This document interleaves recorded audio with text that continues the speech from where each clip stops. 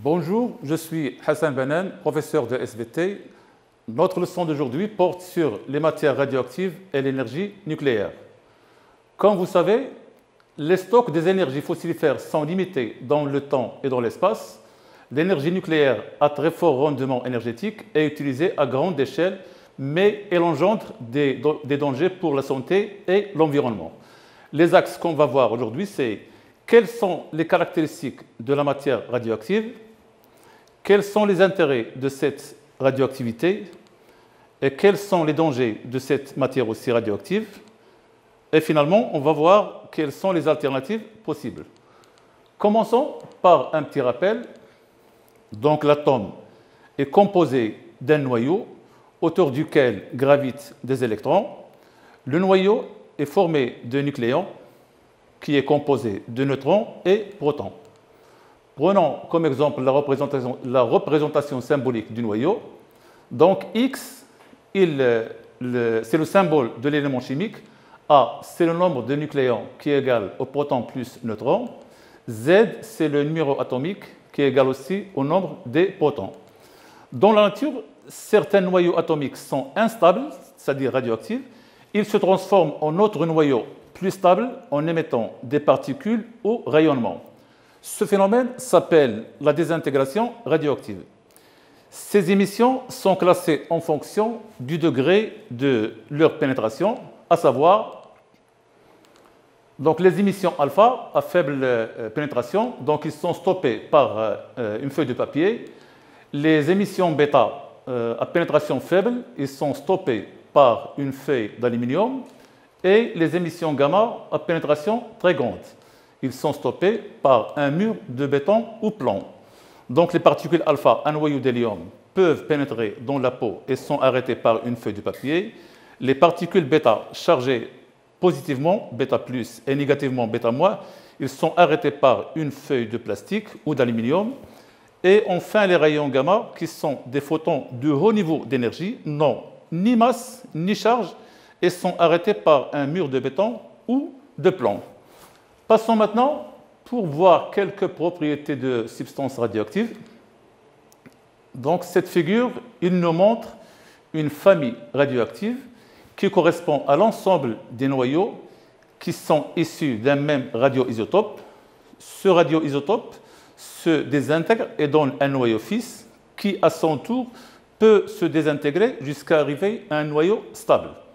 Donc les principales propriétés sont la décroissance radioactive, c'est-à-dire la réduction du nombre de noyaux stables jusqu'à ce que tous les noyaux de l'échantillon soient stables, et aussi la demi-vie T1,5, qui est le temps au cours duquel la quantité des atomes radioactifs diminue de moitié. Cette demi-vie varie en fonction de la nature de l'élément chimique. Comme exemple, on a ici l'iode, l'iode 131, c'est 8 jours, T1,5. Le beryllium, c'est 6,7 10 à la puissance moins 17 secondes. Le carbone, c'est 5730 ans. L'uranium, c'est 4,46 milliards d'années. Le thorium 90, c'est 14,5 milliards d'années. Donc la découverte de cette radioactivité, que ce soit naturelle ou artificielle, a conduit à de nombreuses applications dans une multitude de domaines qui sont. Commençons par la production de l'énergie électrique dans une centrale nucléaire. Comme vous voyez ici, une centrale est composée essentiellement de 3 circuits. Le premier circuit contient le cœur du réacteur, au sein duquel se fait la fission nucléaire qui va libérer une énorme quantité d'énergie thermique. Cette énergie, il va chauffer l'eau de ce circuit qui va échanger cette chaleur avec un deuxième circuit qui va générer de la vapeur. Cette vapeur va faire tourner cette turbine. Elle-même, il va faire activer cet alternateur pour la production d'énergie électrique.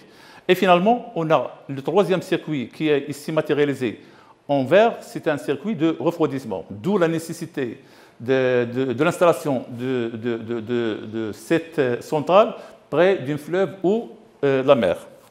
Donc le texte nous résume ce qu'on a déjà vu.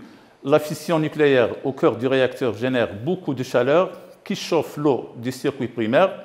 Ce circuit échange sa chaleur avec un deuxième circuit qui fait fonctionner la turbine et transforme cette énergie thermique en énergie mécanique par cette turbine, puis en énergie électrique par un générateur. L'eau du deuxième circuit est ensuite refroidie par un troisième circuit de refroidissement. Voyons maintenant les autres avantages de l'application de cette radioactivité. Dans le domaine de la santé, on peut utiliser ces radiations dans le diagnostic de quelques maladies en utilisant les traceurs radioactifs, aussi dans le dépistage des métastases cancéreuses et la localisation des produits radiopharmaceutiques, aussi le traitement des maladies cancéreuses par radiothérapie qui détruit les cellules cancéreuses, l'exploration du fonctionnement des glandes et organes, l'imagerie nucléaire, c'est-à-dire la scintigraphie, pour détecter les anomalies qui affectent certains organes. Et enfin, la radiostérilisation du matériel médico-chirurgical, c'est-à-dire la destruction des germes pathogènes. Autre domaine, comme celui de l'agriculture, et plus précisément la conservation des fruits et légumes, on peut procéder à l'ionisation des aliments pour prolonger la durée de leur conservation, la destruction des parasites existants dans les denrées alimentaires stockées. Aussi dans l'industrie, on peut l'utiliser pour le contrôle des soudures, détection des fuites et d'incendies. Dans le domaine de la protection du patrimoine, c'est-à-dire en muséographie, on peut restaurer et protéger des œuvres d'art menacées. Aussi, un autre exemple, c'est la momie de Ramsès II qui a été débarrassée de ces parasites par irradiation en 1977 à Sarclay, en France. Dans un autre domaine de la recherche scientifique, c'est la progression de la recherche scientifique par l'usage des atomes radioactifs, c'est-à-dire les traceurs radioactifs, en suivant le parcours de ces radionucléides injectés dans les cellules ou dans l'organisme.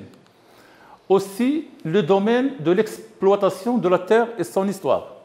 Les radionucléides possèdent de nombreux usages en géologie, en océanographie, en climatologie.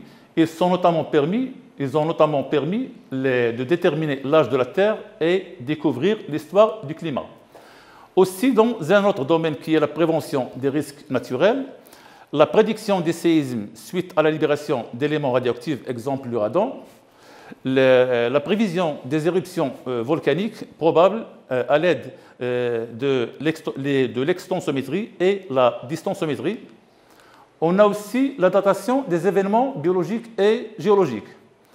Cette datation, c'est absolue des restes d'organismes des fossiles et des roches. En mesurant la quantité restante d'un élément radioactif pair, on peut calculer l'âge de l'échantillon en le projetant dans une courbe qui... Voilà. On passe maintenant à les inconvénients de l'énergie nucléaire. La sécurité de son utilisation est sous la responsabilité de l'homme. Donc, le problème de prise de décisions qui sont erronées, parfois irresponsables. L'inconvénient le plus alarmant est l'utilisation de cette énergie dans le secteur militaire. La durée de vie limitée des réacteurs nucléaires, donc le problème de démantèlement et de désinstallation. Et enfin, les centrales nucléaires sont des cibles pour les organisations terroristes. Maintenant, on passe pour voir les dangers de cette radioactivité. Donc, les dangers sur la santé. Les radiations, elles perturbent le fonctionnement des cellules vivantes et causent des cancers comme les leucémies, des brûlures radioactives, des mutations, la stérilité, des maladies souvent mortelles et des malformations chez les nouveau-nés. Donc, par conséquent, toute dose de rayonnement comporte un risque cancérigène et génétique. C'est une déclaration de la Commission internationale de radioprotection de 1990.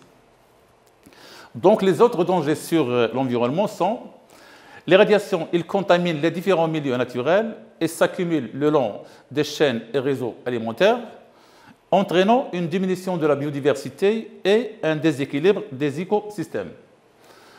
Quelles sont les précautions maintenant à tenir de la radioactivité? Ne pas dépasser 5 diagnostics par rayonnement chaque année, rester loin des sources radioactives le maximum possible et rester près des sources radioactives le minimum possible en cas de nécessité. Maintenant, passons aux déchets radioactifs. Qu'est-ce que c'est qu'un déchet radioactif? C'est une matière radioactive non utilisable et non recyclable, destinée au stockage.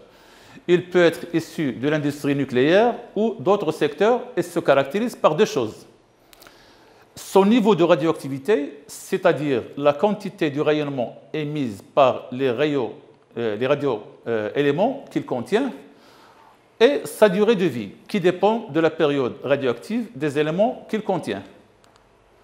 Maintenant, passons à la gestion de ces déchets nucléaires. La gestion des déchets nucléaires consiste à les réduire à la source, à diminuer leur volume une fois qu'ils sont produits et à proposer une solution de gestion durable qui protège l'environnement et la santé des populations d'aujourd'hui et demain. Passons au classement pour mieux gérer ces déchets radioactifs. Donc, le classement des déchets est en fonction de leur période de demi-vie. Si la demi-vie est supérieure à 31 ans, on parle de déchets à vie longue. Si cette demi-vie est inférieure à 31 ans, on parle de déchets à vie courte. Généralement, ces déchets sont classés en 6 classes, qui sont les suivants. Les déchets à vie très courte, donc VTC, résultent des applications médicales de la radioactivité et dont les éléments radioactifs ont une période inférieure à 100 jours.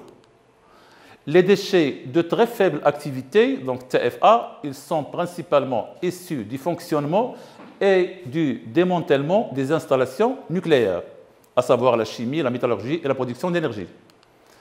On a aussi les déchets de faible et moyenne activité à vie courte, donc c'est la catégorie A, principalement des radionucléides à vie courte.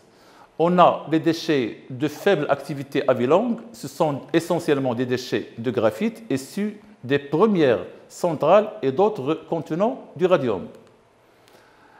Et les déchets de moyenne activité à vie longue, ce sont des déchets métalliques issus du traitement des combustibles usés et les composants ayant séjourné dans les réacteurs nucléaires.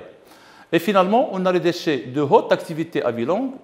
Ce sont principalement les déchets issus du traitement des combustibles utilisés dans les centrales nucléaires. Passons maintenant au stockage. Donc, ces déchets nucléaires, les déchets peu radioactifs sont mis dans des fûts métalliques qui sont enfermés dans du béton.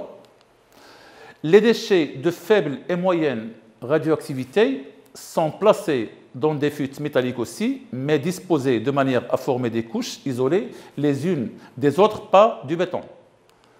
Pour les déchets très radioactifs qui produisent une quantité importante de chaleur, ces déchets sont vitrifiés et coulés dans des conteneurs métalliques, puis stockés dans des cellules de refroidissement. Et pour éviter tout risque, ces fûts et conteneurs sont stockés définitivement dans un lieu éloigné des habitations, dans une couche géologique imperméable et stable à une très grande profondeur. Exemple, donc on a ici une station de stockage.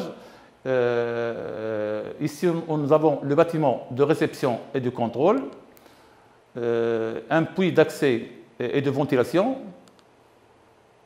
jusqu'à arriver aux couches d'argile ou de granit géologiquement stable. Puis on creuse un réseau souterrain dans lequel on creuse des puits de stockage. Donc les alternatives possibles, puisque la production d'électricité par les centrales nucléaires est importante, mais les dangers qui l'accompagnent sont énormes sur l'environnement et la santé de l'homme. Donc l'adoption d'une stratégie énergétique basée sur les énergies renouvelables est impérative. Ces ressources énergétiques, même si elles ne produisent pas autant d'énergie que les centrales nucléaires, mais elles offrent une énergie propre qui ne présente aucun danger sur l'environnement et la santé de l'homme. Merci, à bientôt dans le contrôle de la qualité et de la salubrité des milieux naturels. Votre prof Hassan Banan.